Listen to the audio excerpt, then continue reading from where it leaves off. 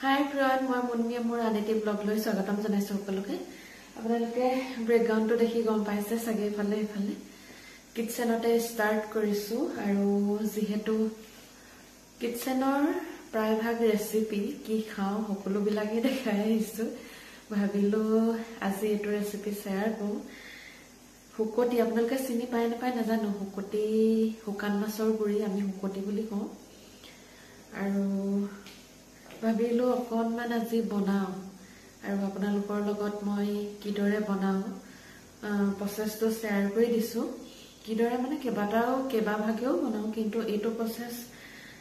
যেহেতু বনাম দেই বৰ্তমান বনাম হেতু কাৰণে ভাবিলো কি শেয়াৰ কৰি দিও আৰু আপোনালোকৰ সুবিধা হ'ব যিসকলে নাজানে প্ৰায় ভাগে নাজানে ন শুকান মাছ হুকটি এনেকা বিলাকৰ মানে কেনেকে বনাই ৰেচিপিটো নাজানে হেবাবে ভাবিলো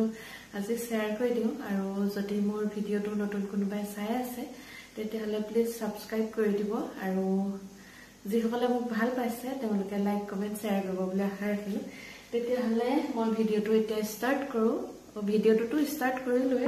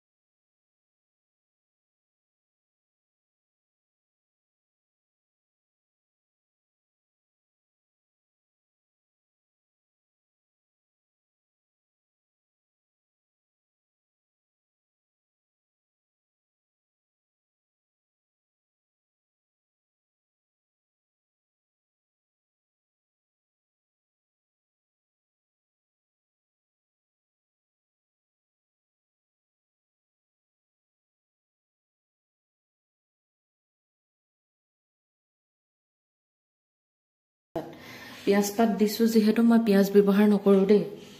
আৰু এইখিনি ৰসুন আদা মই এনেদৰে থেতেলিয়াই লৈছো আৰু এইখিনি হৈছে হুকটি অকনমান আছেগে বেছি নাই এইকনে যথেষ্ট বাৰু হলেও এক বটল মই কৰিছিলো আপোনালোকক দেখাইছিলো কেনেদৰে বনাইছো আৰু এতিয়া মই ফ্ৰিজত ৰাখি থৈছিলো উলিয়াই আনিছো ফ্ৰিজৰ পৰা ইয়াৰে অলপ লৈ মই এতিয়া বনাম। এইফালে মই কেৰাহীখন পাতি ললো কেৰাহীখনত মই আগতে সবজি বনাইছিলো তেল ৰৈ গৈছে হেবাবে একেখন কেৰাহীতে দিম ভেন্দি ভাজিছিলো আৰু এইখনতে মই বনাম ইয়াতে দি দিছো তেল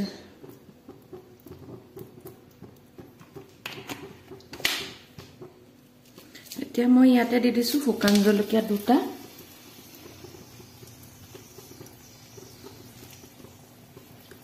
আৰু পিয়াজ পাতখিনি দি দিছো সকলোখিনি একেলগে দিম মই দেই পিয়াজ পাত দিলো এইফালে বিলাহী দিলো দেখিছে নাই জানো আৰু এইফালে গাজৰখিনি দি দিলো সকলোখিনি মই এতিয়া ধুনীয়াকৈ ভাজি লম। এইখিনি ৰসুন আদা থেতেলিয়াই লোৱা এইখিনি দি দিলো লগতে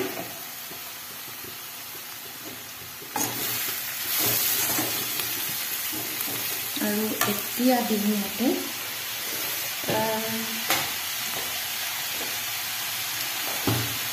নিমখ আৰু হালধি নিমখ দিছো আন্দাজ মতে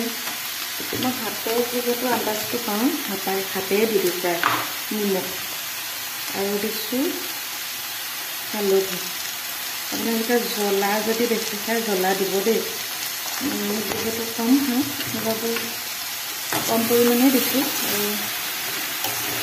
মই ধুনীয়াকৈ লৰাই ভিজিবৰ বাবে এখন ঢাকন লগাই দিম।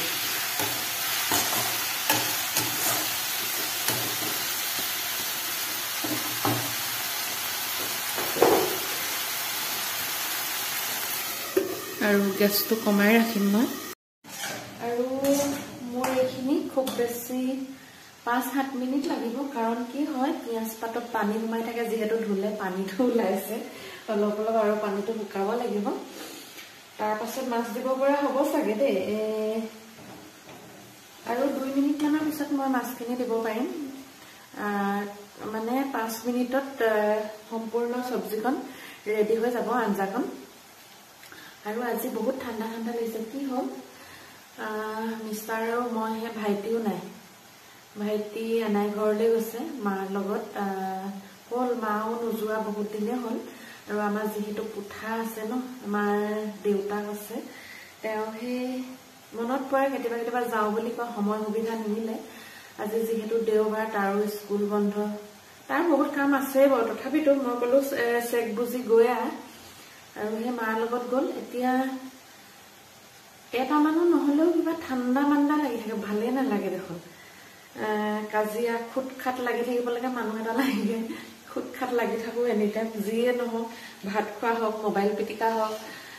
যিকোনো ক্ষেত্ৰতে মানে টুকটাককে লাগি থকা হয় যে সেইবাবে কিবা নিজান লাগিছে ভাল লগা নাই মানে তাকে ভাবি আছো মিষ্টাৰে এইফালে টিভি আৰু মোবাইল কথা বতৰাটো নাই তেনেকেই থাকে সুধিলে কয় খাবলৈ মন গ'লেও নকয় ভোক লাগিলেও নকয় পিয়াহ লাগিলেও নকয় তেনেকুৱা ধৰণৰ আৰু মই এইখিনি খোৱাৰ পাছতে হয়তো ভাতটো দি দিম আৰু এতিয়া ইয়াত মাছখিনি দিব পৰা হৈ গ'ল দেই মই দেখাই দিম ওচৰৰ পৰা ধুনীয়াকৈ আৰু মোৰ মাছ দিব পৰা হৈ গ'ল অলৰেডি ইয়াতে বটলৰ পৰা মই এতিয়া মাছ দি দিছোঁ 1 চামুচ 2 চামুচ কিমানখিনি হয় মই লৰাই চাই লওঁ হয়তো দিবলগীয়া নহ'বও পাৰে হৈ যাব আমি দুজনহে আৰু মই মাছখিনি দি দিলোঁ এতিয়া আকৌ ঢাকন মাৰি আৰু এটা বস্তু দিম দেই মই পোৱা নাই সেইটো আপোনালোকে দিলে দেখিব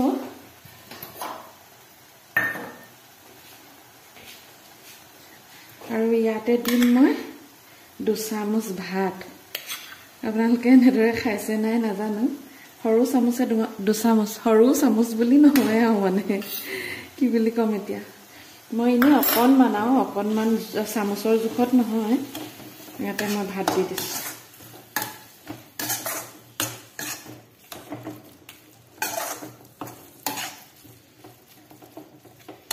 এতিয়া এইখিনি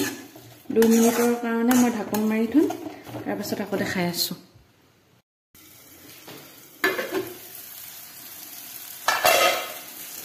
আৰু মোৰ এইখিনি আঞ্জাখিনি ৰেডি হৈ গ'ল মই ওচৰৰ পৰা দেখাই দিছোঁ দেই অকণমান খুব ভাল লাগে খাই দেই খালি আপোনালোকে জ্বলা অলপ দি দিব জ্বলা খাই যদি জলকীয়া দি দিব মই শুকান জলকীয়া 2টা দিছোঁ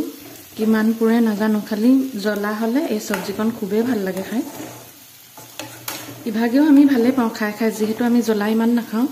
জ্বলা খাই জ্বলা নাখায় মানে আমাৰ অভ্যাস হৈ গ'ল